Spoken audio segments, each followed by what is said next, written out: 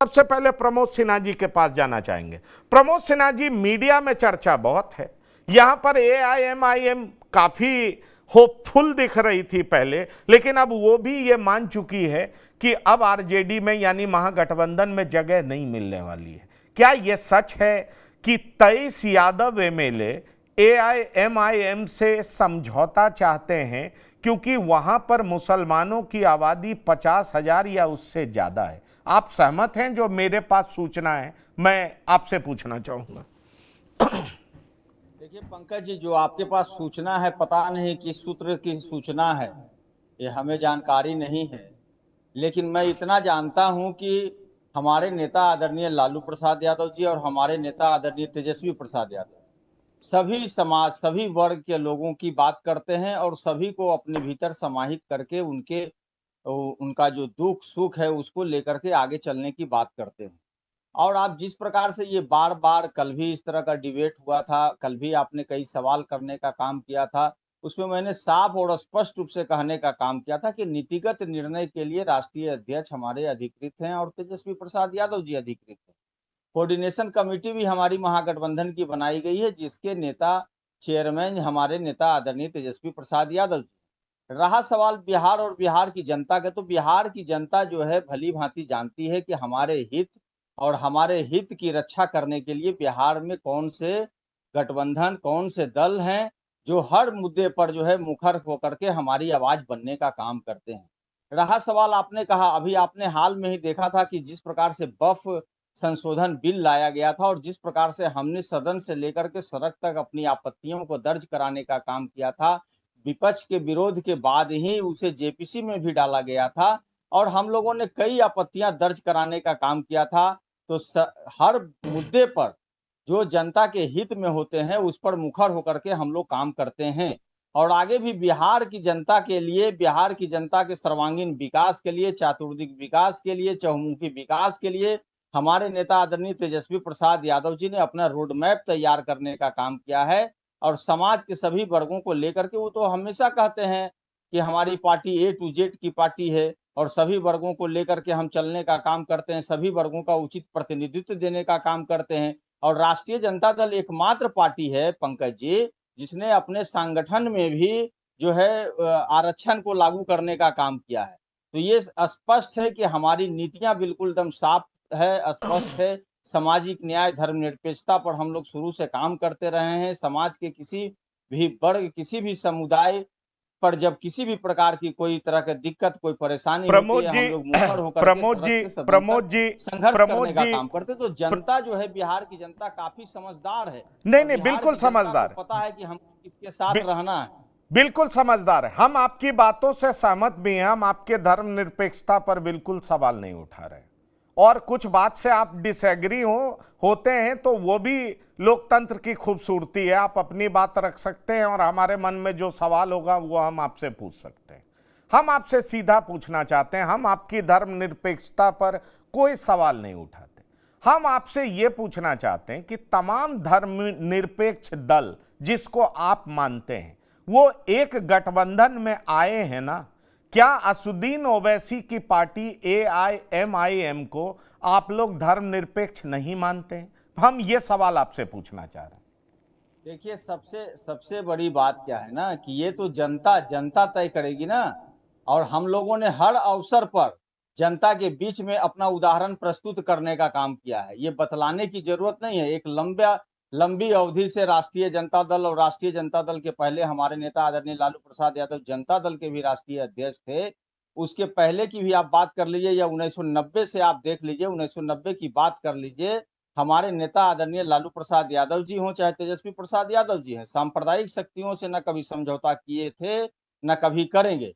दूसरी बात है कि सत्ता रहे या ना रहे, हमारे नेता लालू प्रसाद यादव जी ने भी पहले कहने का काम किया और हमारे नेता आज तेजस्वी प्रसाद यादव जी इस बात को कहते हैं कि हमारी प्राथमिकता जो है बिहार और बिहार की जनता है। हमारी प्राथमिकता बिहार के जनता के जन सरोकार के मुद्दे हैं। हमारी प्राथमिकता जनता के ज्वलंत समस्याएं हैं।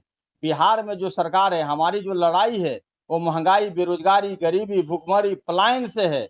हम उसको जैसे पलायन, 3 करोड़ लोग बिहार से रोजगार की तलाश में दूसरे राज्यों में जा रहे हैं, हमारी लड़ाई है उनको बिहार में फिर पुनः जो है उद्योग धंधे लगाने के लिए, उनको जो फूड प्रोसेसिंग यूनिट है, चाहे मेगा टेक्सटाइल पार्क हो, चाहे आईटी पार्क हो, हम लोग देने का काम करेंगे। बिहार में रोजगार डेवलप करने प्रमोद का जी, काम करेंगे, सरकारी प्रमोद जी, नौकरी देने का काम प्रमोद जी, करेंगे, उनको प्रमोद बसाने का जी, काम करेंगे।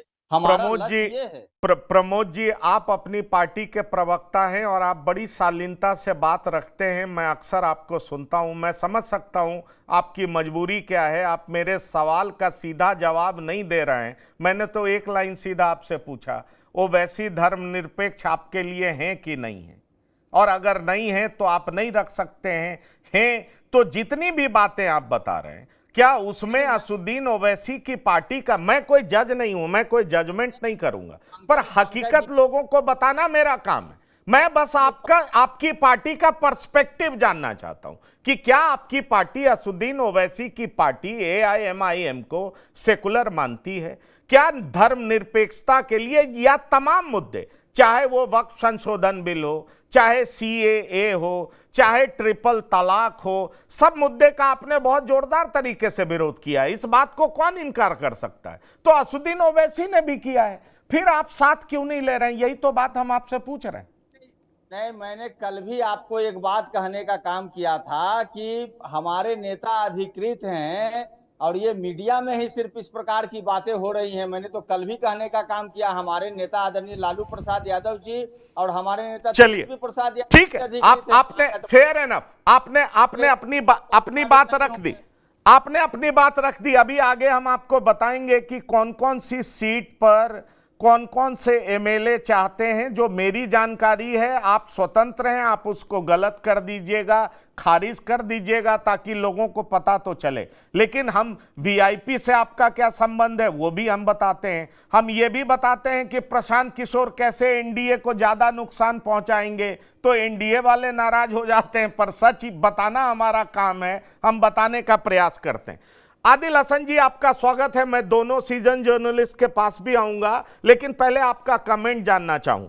मेरे पास जो जानकारी है, अगर आप नाम ले लें तो बहुत अच्छा है, नहीं तो मैं नाम ले लूंगा। आदिल हसन जी, आप ये बताइए कि क्या यह सच है कि आरजेडी के कई एमएलए चाहते हैं कि एआईएमआईएम से समझौता हो? और मैं आज रिसर्च कर रहा था, अब्दुल बारी सिद्दीकी का भी स्टेटमेंट है कि अगर शीर्ष नेतृत्व तो चाहे तो कोई दिक्कत नहीं है, एआईएमआईएम से अलायंस किया जा सकता है। इन दोनों बातों का जवाब दें।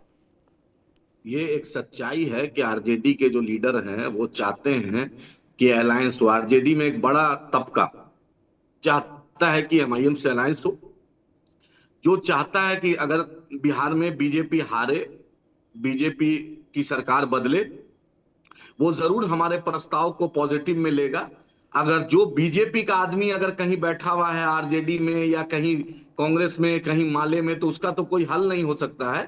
लेकिन जो अधिकांश जो सेकुलर अरे फ्रंट ये के लोग बताइए, हैं वो प्रमोद चाहते हैं। सिन्हा जी तो कह रहे हैं हमारा शीर्ष नेतृत्व अधिकृत है, वो फैसला लेगा जो भी लेना हो। तो फिर सुनिए, वही दोनों तो बड़े नेता है ना, लालू जी, तेजस्वी जी। नेचुरल आरजेडी के सुप्रीमो लालू जी हैं और तेजस्वी जी उनका चेहरा है। दोनों को ये बात पता चल गई है। इतना मीडिया चलाया, ऐसा तो आरजेडी का नेटवर्क इतना तो फीका नहीं है। ऐसा कोई हिंदुस्तान का चैनल नहीं, कोई अखबार नहीं जो ये न्यूज को नहीं चलाया और हमारे प्रस्ताव को उन तक नहीं पहुंचाया। हमने खुले मन से कहा और हमने आप आरजेडी जब था, हमने ये बात आपने सही कही कि हमने जब चुनाव लोकसभा हो रहा था तो आरजेडी की तरफ से प्रस्ताव आया था।